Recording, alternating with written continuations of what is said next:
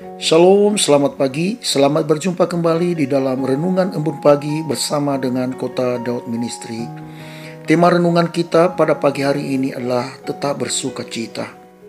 Tema ini saya ambil di dalam kitab Filipi pasal yang keempat, ayat yang keempat, demikianlah firman Tuhan. Bersukacitalah senantiasa dalam Tuhan, sekali lagi kukatakan, bersukacitalah.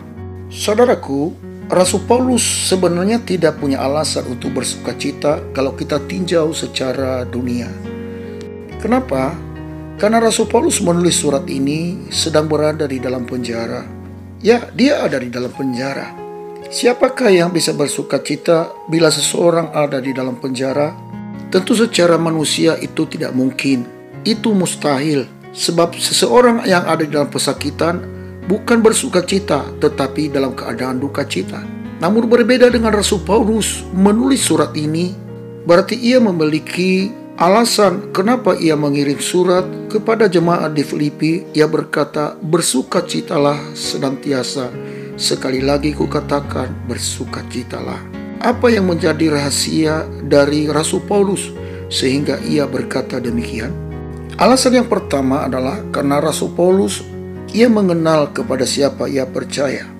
Saudaraku, kalau kita pelajari dari suara Rasul Paulus, ia adalah seorang yang sungguh-sungguh mengenal kepada siapa ia percaya, sehingga ia berkata bahwa aku tahu kepada siapa aku percaya dan aku yakin akan kuasanya.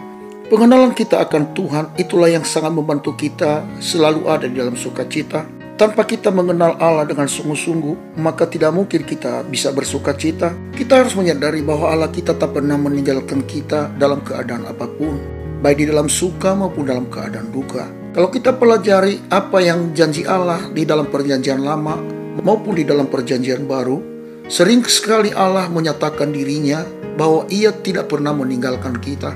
Ya, ia Allah yang tak pernah meninggalkan kita. Dan jika Allah ada di pihak kita, siapakah lawan kita? Persoalan dan pergumulan yang kita hadapi itu adalah hanya sesaat. Dia Allah yang menyertai dan juga Maha mengetahui apa yang sedang kita alami. Bila kita mendeklarasikan diri kita bahwa kita adalah anak Allah dan Dia adalah Bapa kita, maka tidak perlu kita ragu akan apa yang sedang kita alami. Dan keyakinan inilah yang membantu kita untuk dapat kita tetap bersuka cita setiap hari. Allah kita adalah Allah yang sangat berkuasa. Bagi Dia tidak ada hal satupun yang mustahil. Kesusahan yang kita alami bukan berarti Allah meninggalkan kita. Itu harus kita yakini tentang hal ini. Kita tidak boleh ragu tentang kesanggupan Allah kita. Dia adalah Allah yang sangat berkuasa. Coba kita renungkan sejenak bagaimana penyertaan Allah kepada umat Israel saat mereka dituntun oleh Musa keluar dari tanah perbudakan, yaitu tanah Mesir. Luar biasa kan mujizat yang dialami oleh umat itu? Nah, Allah yang sama adalah Allah yang kita sembah. Allah Abraham, Ishak, dan Yakub. Allah di dalam Yesus Kristus Tuhan dan Juru Selamat kita. Nah, kalau kita tahu tentang hal ini, kenapa kita bersedih menjalani hidup ini? Yang penting di sini adalah percaya kepada Dia. Sekalipun kita ada di dalam ujung tanduk, namun jangan hilang kepercayaan kita kepada Tuhan. Itulah yang membuat kita tetap bersuka cita. Dan sukacita itu adalah bukti dari iman kita. Makanya setiap hari kita jalanilah hidup ini dengan muka yang berseri, jangan dengan muka yang bersedih. Sebab muka yang berseri dan hati yang selalu bersuka cita adalah tindakan iman kita akan penyertaan Tuhan. Ingat satu hal, bila engkau mengenal Allah kita, tidak ada satupun yang mustahil bagi Dia. Hal yang kedua, kenapa Rasul Paulus selalu ada di dalam sukacita? Karena ia selalu bersyukur. Ya, hati yang bersyukur itulah yang membantu kita untuk tetap bersuka cita. Jangan lihat keadaan yang engkau alami. Pandang Tuhan yang sangat dahsyat dan luar biasa itu. Jangan banding-bandingkan berkatmu dengan orang lain. Bila engkau sering membandingkan berkatmu dengan orang lain, engkau sulit untuk bersyukur. Kalau kita menyadari bahwa berkat yang berasal dari Tuhan itu tidak ada pertukaran, itulah sebabnya kita harus bersyukur. Dan hati yang bersyukur itulah Tuhan senang.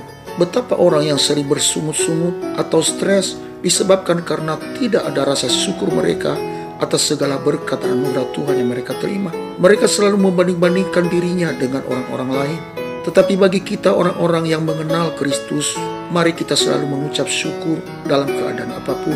Itulah sebabnya Rasul Paulus menulis surat, ia berkata, mengucap syukurlah dalam segala hal, karena itulah yang dikehendaki oleh Allah bagi kamu di dalam Kristus Yesus.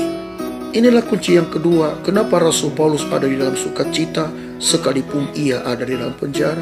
Karena ia selalu bersyukur dalam keadaan apapun, sekalipun ia ada di dalam penjara. Namun itu tidak menghambat dia untuk selalu bersyukur kepada Tuhan akan apa yang sedang dialami. Hal yang ketiga adalah kenapa Rasul Paulus ada dalam sukacita sekalipun ada di dalam penjara. Karena ia memiliki karakter kerajaan Allah. Sebab firman Tuhan yang berkata bahwa kerajaan Allah tidak terdiri dari makanan atau minuman, melainkan kebenaran, sukacita, damai sejahtera oleh Roh Kudus. Nah, untuk itu selama kita masih ada di dalam dunia ini, mari kita melatih diri kita untuk selalu bersukacita, sebab suasana kerajaan Allah itu salah satunya adalah sukacita. Mari kita melatih diri kita untuk menyesuaikan diri untuk masuk dalam kerajaan itu. Jangan bersedih hati, ada pengharapan di dalam Dia. Tuhan tidak pernah tinggalkan kita, asalkan kita membuka hati kita bagi Roh-Nya untuk menuntun dan memimpin kita dalam segala kebenaran. Saya Pendeta Zaluhu di sini. Saya ucapkan selamat pagi, selamat beraktivitas. Tuhan Yesus menyertai kita. Shalom, Maranatha.